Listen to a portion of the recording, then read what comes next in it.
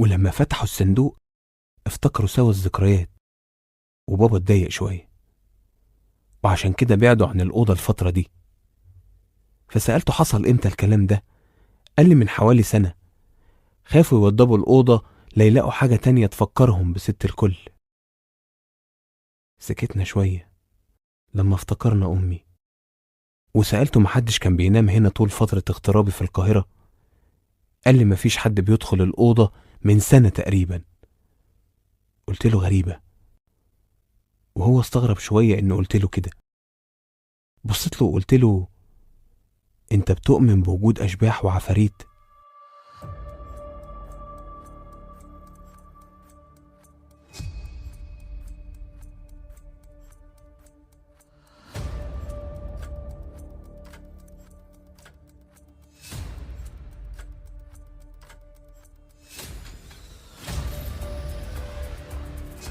دخلت على الانترنت وفتشت بعنوان الكتاب هي ناقصة، ولقيت ان اغلب الناس كاتبه انه كتاب خاص بالسحر والمشعوذين. مع عفريت اللي بني آدم.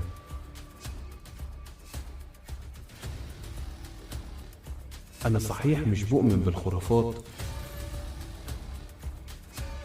كملت بحث ولقيت اكتر من مقال بيطالب باعدام الكتب دي عشان نتقي شرها، وتنبيهات اننا ما نقراهاش ولا نستخدمها.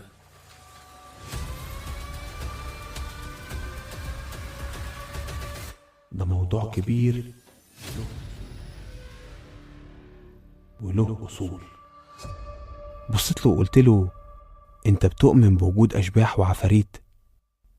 ضحك لي واستغرب شوية وقال لي انت جاي تسأل في الموضوع ده والدنيا عتمة كده؟ هي ناقصة؟ قلت له عادي من باب الدردشة. فزعق لي وقال لي عفاريت ايه يا دكتور؟ مع عفريت اللي بني آدم، المفروض انك متعلم ومثقف. استغربني اني بسأل السؤال ده، فطمنته وقلت له ما تستغربش يا حبيبي، انا صحيح مش بؤمن بالخرافات، لكن موضوع وجود اشباح من عدمه ده موضوع كبير وله اصول. وعشان اغير الموضوع قلت له ما علينا، انا جعت، في اكل ولا اطلب دليفري من بره؟ رد عليا باستنكار وقال لي اكل من بره الساعة دي؟ انت فاكر نفسك في مصر؟ طب طبخين ايه يتاكل النهارده؟ رد عليا الخير كله يا حبيب اخوك. ساعتها النور جه وقلت له وشك حلو، النور جه على وشك. ضحك لي وقال لي انا قاعد معاك من يجي نصايه، وش حلو ايه بس؟ هقوم اشوف لك حاجه تاكلها. خرج اخويا من الاوضه وقفل الباب وراه. قمت وطفيت الشموع اللي كانت قدام المرايه، وبصيت للمرايه مره تانية بعمق، وكان بيدور في عقلي حاجات كتير.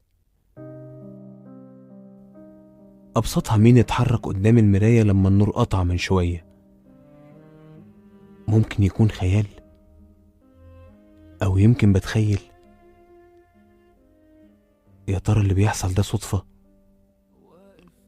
ممكن يكون الكتاب اللي معايا فعلا عليه لعنه، وممكن يأذيني لمجرد اني عايز اوصل لاصل الامور. موضوع الطيف ده ممكن يكون حقيقي، الاشباح موجوده. واقف قصاد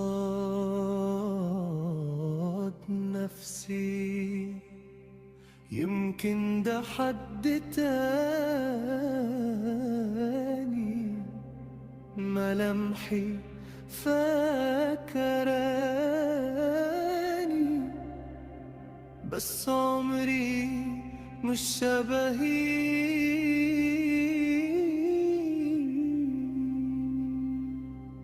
فين الطريق؟ أبدأ من فين؟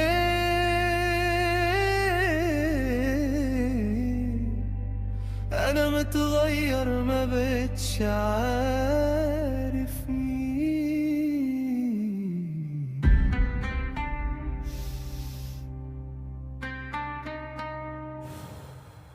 سبت مكاني ورجعت لللابتوب ووصلته بالكهرباء عشان اشحنه، تحسبا ان النور يقطع تاني ولا حاجه.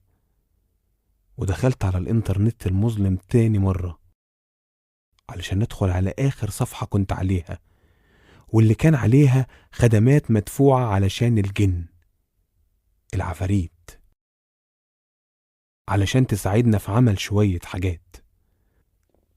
قررت أدفع فلوس لحد على الدارك ويب علشان أصلح اللي حصل في بيت الجيران، بعد ما قريت تعويذة بالغلط وأنا بجرب من كتاب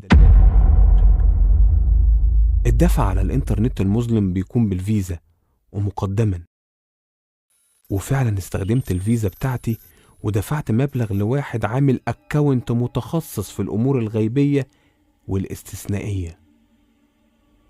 اسم الأكاونت ميفستوفيليس تقريبا، ده اسم ملوش معنى. أيوة، اسمه ميفستوفيليس، بس قلت أجرب، ويا ريتني ما جربت، لأن بعد ما دفعت المبلغ اللي كان حوالي $200، و$200 دول حاجة كبيرة وقتها مش صغيرة، لقيت المسؤول عن الحساب ده بيسألني أسئلة كتيرة، اسمي وسني ووظيفتي وعنواني وعنوان البيت اللي أنا عايز المشكلة تتحل فيه، وإيه سبب الطلب. سأل كتير، أسئلة مباشرة وغير مباشرة، لدرجة إنه سألني هل في حد جنبي ولا لأ. جاوبت على كل الأسئلة، كنت عايز أشوف آخر الحوار ده إيه، وقال لي أنتظر يومين وأشوف إيه اللي هيحصل، وهل البيت اللي كنت عايز يتحل مشكلته اتغير ولا لأ، وطلب أرجع أسأله مرة تانية. حسيت إن الموضوع اشتغالة واتنصب عليا في الفلوس، بس قلت أمشي ورا الكداب لحد باب الدار. ساعتها أخويا خبط على الباب، ولقيته بيزق الباب بظهره وداخل، وفي إيده صينية عليها فطير ومش وعسل، وبيقول لي أحلى أكل يستاهل فمي. شكرته على الأكل وقلت له ننادي بابا يجي ياكل معانا لقمة. فرد وقال لي بابا بينام بدري والساعة داخلة على 4 الفجر. فكرت إنه كده كده هيقوم كمان شوية من النوم علشان يصلي. أكلنا لقمة وكان الأكل حلو فعلا، أكل البلد كنت مفتقده جدا. وإحنا بناكل سمعنا أذان الفجر، وبعدها بشوية سمعت أبويا بيصحى من النوم وبيستعد للصلاة. بص لأخويا من غير كلامه كأنه عايز يقول لي مش هتيجي تصلي معانا، وأنا بصيت له وبعدها بصيت على الأرض وكأني بعتذر منه عن طلبه مقدما. قام أخويا وأخد الصينية اللي كان فيها الأكل ووقف على باب الأوضة وقال لي أنا هروح أصلي مع بابا النهاردة، لو حابب تعالى. سرحت اللحظات وافتكرت إني لسه دافع فلوس علشان اتفقت مع حد غريب على حاجة بمساعدة الجن والعفاريت. هزيت راسي وقلت له لا مش هينفع النهاردة، واتلككت بالتعب. كنت غلطان، كنت المفروض أعرف إني مهما عملت ما ينفعش ما أصليش. كان دايما في أمل في الطريق، في أمل في الحياة، في رجاء في الصلاة. كان دايما في أمل في الطريق، في أمل في الحياة، في رجاء في الصلاة. كان دايما في أمل في الطريق، في أمل في الحياة، في رجاء في الصلاة.